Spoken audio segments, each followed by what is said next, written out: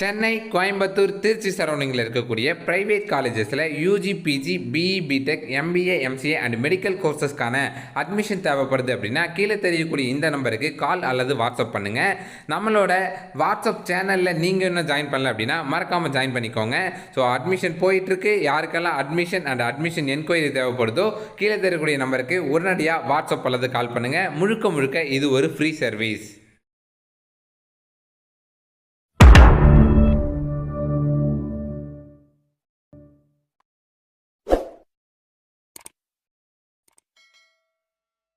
Hi guys, நான் தான் docking தமிழாக கேட்ச் பேசுகிறேன். இன்றைக்கி என்ன அப்படி பார்க்க போகிறோன்னா TNEA 2024 சொல்லக்கூடிய தமிழ்நாடு பிஇ பிடெக் கவுன்சிலிங்கான கவுன்சிலிங் ப்ரொசீஜர் தாங்க பார்க்க போகிறோம். இந்த கவுன்சிலிங் எந்த மாதிரி ப்ரொசீஜர் நடக்கும், ஆன்லைன் கவுன்சிலிங் சொல்லிட்டாங்க.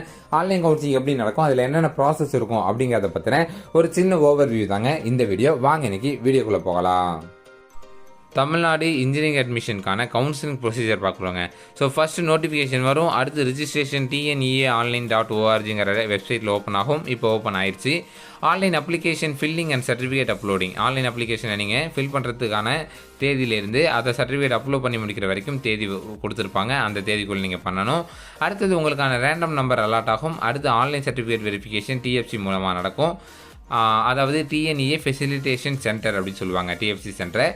ஸோ அந்த சென்டர் மூலமாக நடக்கும். அது உங்களுக்கு பக்கத்தில் இருக்கக்கூடிய ஏதாவது ஒரு காலேஜ் நீங்கள் செலக்ட் பண்ணிருப்பீங்க. அடுத்தது அவங்களுக்கான ரேங்க் லிஸ்ட் அண்ட் கிரீவன்ட் ரிசல்ட் இந்த ரெண்டுக்கும் தேதி தருவாங்க. அதுக்கப்புறம் தான் ஆன்லைன் கவுன்சிலிங் ஸ்டார்ட் ஆகும். ஆன்லைன் கவுன்சிலிங் முடிஞ்சதுக்கப்புறம் அலாட்மெண்ட் ஆர்டர் வந்ததுக்கப்புறம் நீங்கள் போய் அட்மிஷன் போட்டுக்கலாம். இந்த ப்ரொசீஜர் நடக்கும்.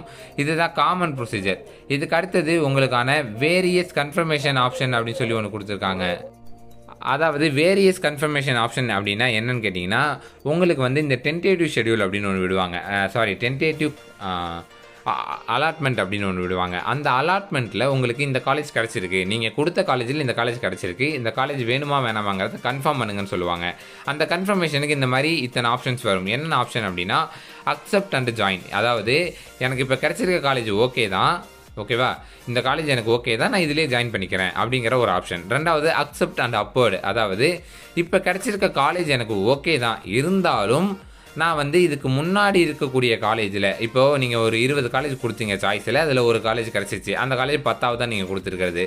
அதுக்கு முன்னாடி 9 காலேஜ் இருக்கு இல்லையா, இந்த 10வது கிடச்ச காலேஜ் எனக்கு ஓகே தான், இருந்தாலும் இதுக்கு முன்னாடி இருக்குல்ல இந்த 9 காலேஜில் ஏதாவது ஒன்று கிடச்சிதுன்னா அதை நான் எடுத்துக்கிறேன் அப்படின்னு நீங்கள் சொல்லணும். பட் அந்த ஆப்ஷன் சூஸ் பண்ணனா உங்களுக்கு பக்கத்தில் இருக்கக்கூடிய TFC சென்டரில் போய் நான் இந்த மாதிரி அப்போர்டு மூமெண்ட் செலக்ட் பண்ணியிருக்கேன்னு சொல்லி நீங்கள் ரிப்போர்ட் பண்ணணும். ரிப்போர்ட் பண்ணி உங்கள் சர்டிஃபிகேட் கொடுக்குற மாதிரி இருக்கும். ஓகேங்களா. அடுத்தது டிக்ளைன்ட் அப்போர்டு. அதாவது எனக்கு இப்போ கிடச்சிருக்க காலேஜ் எனக்கு வேணாம், இதுக்கு முன்னாடி இருக்கக்கூடிய இந்த 10 காலேஜில் ஏதாவது ஒன்று இருந்ததுன்னா கொடுங்க, நான் எடுத்துக்கிறேன் அப்படிங்கிறது. அடுத்தது decline and move to next ரவுண்ட்னு ஒரு ஆப்ஷன். உங்களுக்கு ரவுண்ட் பை ரவுண்டாக தான் நடக்கும். நீங்கள் ஃபஸ்ட் ரவுண்டில் கலந்துக்கிறீங்க, இப்போ கிடைச்ச காலேஜ் எனக்கு வேணாம், நான் நெக்ஸ்ட் ரவுண்டில் கலந்துக்கிட்டு அதில் ஏதாவது காலேஜ் கிடச்சா எடுத்துக்கிறேன் அப்படின்னு சொல்கிறது. அடுத்தது டிக்ளைன் அண்ட் குவைட். எனக்கு வந்து இப்போ கிடச்சிருக்க காலேஜ் வேணாம், நான் கவுன்சிலிங்லேருந்து வெளியே போய்க்கிறேன். அடுத்தது upward or move to next round. நான் வந்து அப்போர்டு மூமெண்ட்காக வெயிட் பண்ணுறேன், அப்படி இல்லைன்னா எனக்கு வந்து நெக்ஸ்ட் ரவுண்டில் பார்ட்டிசிபேட் பண்ணுறதுக்கு வாய்ப்பு தாங்க அப்படின்னு சொல்லி கேட்குறது. ஓகேங்களா. ஸோ இத்தனை ஆப்ஷன் இருக்கும். இதில் ஏதாவது ஒன்று நீங்கள் கொடுக்குற மாதிரி இருக்கும்.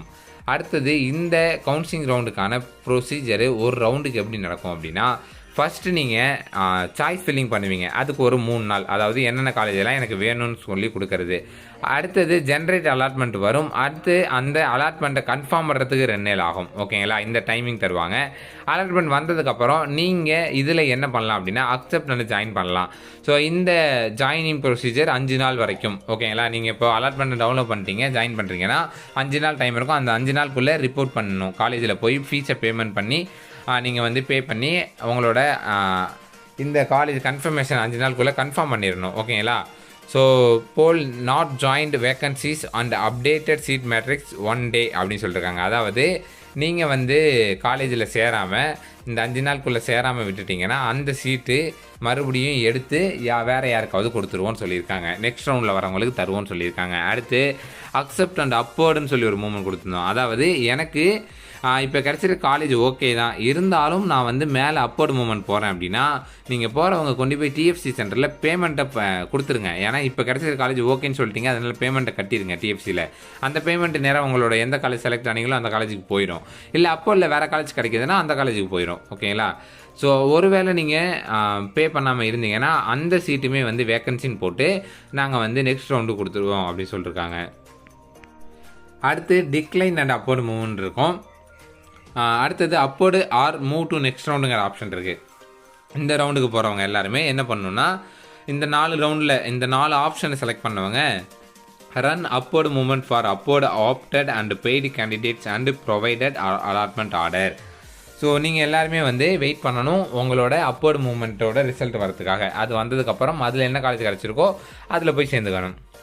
அடுத்தது decline and move to next round கொடுத்தவங்க நெக்ஸ்ட் ரவுண்டு நடந்ததுன்னா அதில் நீங்கள் கலந்துக்கணும். ஓகேங்களா? அதாவது மேக்ஸிமம் 4 இல்லை 5 ரவுண்ட் நடக்கும். 5வது ரவுண்டில் இருக்கிறவங்களாம் நெக்ஸ்ட் ரவுண்டு கொடுத்தாங்கன்னா உங்களுக்கு ரவுண்டே கிடைக்காது. ஓகேவா? அப்போ சப்ளிமெண்ட்ரி கவுன்சிலிங்கில் போய் கலந்துக்கணும். அதனால தான் இஃப் அவைலபிள்னு கொடுத்துருக்காங்க. அடுத்து டிக்ளைன் அண்ட் குவிட் பண்ணவங்க கவுன்சிலிங்லேருந்து வெளியே போய்க்கணும். இதுதான் ஒரு ரவுண்டுக்கான ப்ரொசீஜர்னு சொல்லி கொடுத்துருக்காங்க. ஸோ என்னென்ன அப்படின்னா ஃபஸ்ட்டு சாய்ஸ் ஃபில்லிங் பண்ணுவோம், அப்புறம் அலாட்மெண்ட் ஆப்ஷன் வரும், அதை கன்ஃபார்ம் பண்ணுவோம். அதில் தான் இந்த 5 ஆப்ஷன் இருக்குது. அதாவது நான் டிக்ளைன் பண்ணுறேன் நெக்ஸ்ட் ரவுண்டு போகிறேன் அப்படிங்கிறவங்க 2வது ரவுண்ட் போயிடுவாங்க நேராக. அடுத்து நான் அக்செப்ட் பண்ணிக்கிறேன் அப்போர்டு மூவ்மெண்ட் போகிறேன் அப்படிங்கிறவங்க டிஎஃப்சி சென்டரில் போய் பேமெண்ட் ஃபேஸ் பண்ணுவாங்க. டிக்ளைன் அண்ட் அப்போர்டு கொடுத்தவங்க அப்போர்டு மூவ்மெண்ட்காக வெயிட் பண்ணுவாங்க. Upward or move to next round கொடுத்தவங்களும் அப்போர்டு மூவ்மெண்ட்க்கு வெயிட் பண்ணுவாங்க. அக்செப்ட் அண்ட் ஜாயின் அப்படிங்க கொடுத்தவங்க ப்ரொவிஷனல் அலாட்மெண்ட் டவுன்லோட் பண்ணிட்டு போய் காலேஜில் ஜாயின் பண்ணுவாங்க. டிக்ளைன் அண்ட் குவிட் பண்ணவங்க கவுன்சிலிங்லேருந்து வெளியே போய்க்குவாங்க. ஸோ அப்போர்டு மூவ்மெண்ட் போனால் அப்போர்டு மூவ்மெண்ட்டில் காலேஜ் அலாட் ஆயிடுச்சுன்னா அப்போது ப்ரொவிஷனல் அலாட்மெண்ட் ஒன்று டவுன்லோட் ஆகும். அதில் தான் உங்களுக்கு என்ன காலேஜ் கிடச்சிருக்குன்னு தெரியும். அதை எடுத்துகிட்டு போய் எந்த காலேஜ் உங்களுக்கு அட்மிஷன் கிடச்சிதோ அந்த காலேஜில் போய் அட்மிஷன் போட்டுக்கணும். ஒருவேளை எதுவும் கிடைக்கல அப்படின்னா ரவுண்ட் 2க்கு போயிடுவீங்க. இதுதான் உங்களுக்கான ப்ரொசீஜர், சிம்பிளாக சொல்லணும்னா. சரிங்களா? இது வரைக்கும் நம்மளோட வாட்ஸ்அப் சேனலில் நீங்கள் ஜாயின் பண்ணல அப்படின்னா லிங்க் இந்த வீடியோ கீழே டிஸ்கிரிப்ஷனில் கொடுத்துருக்கேன், மறக்காமல் ஜாயின் பண்ணிக்கோங்க. ஸோ உங்களுக்கான ரெகுலரான அப்டேட்ஸ் அண்ட் டவுட்ஸை நீங்கள் வாட்ஸ்அப் சேனல் மூலமாக கேட்கலாம். தென் அட்மிஷன் கொரிஸ் இருந்தாலும் நீங்கள் வாட்ஸ்அப் சேனல் மூலமாக கேட்கலாம். இது வரைக்கும் நம்மளோட சேனலில் சப்ஸ்கிரைப் பண்ணல அப்படின்னா மறக்காமல் சப்ஸ்கிரைப் பண்ணிக்கோங்க. அப்போ தான் நம்ம தரக்கூடிய எல்லா அப்டேட்ஸும் உங்களுக்கு அடுத்தடுத்த நோட்டிஃபிகேஷன்ஸாக வந்துக்கிட்டே இருக்கும்.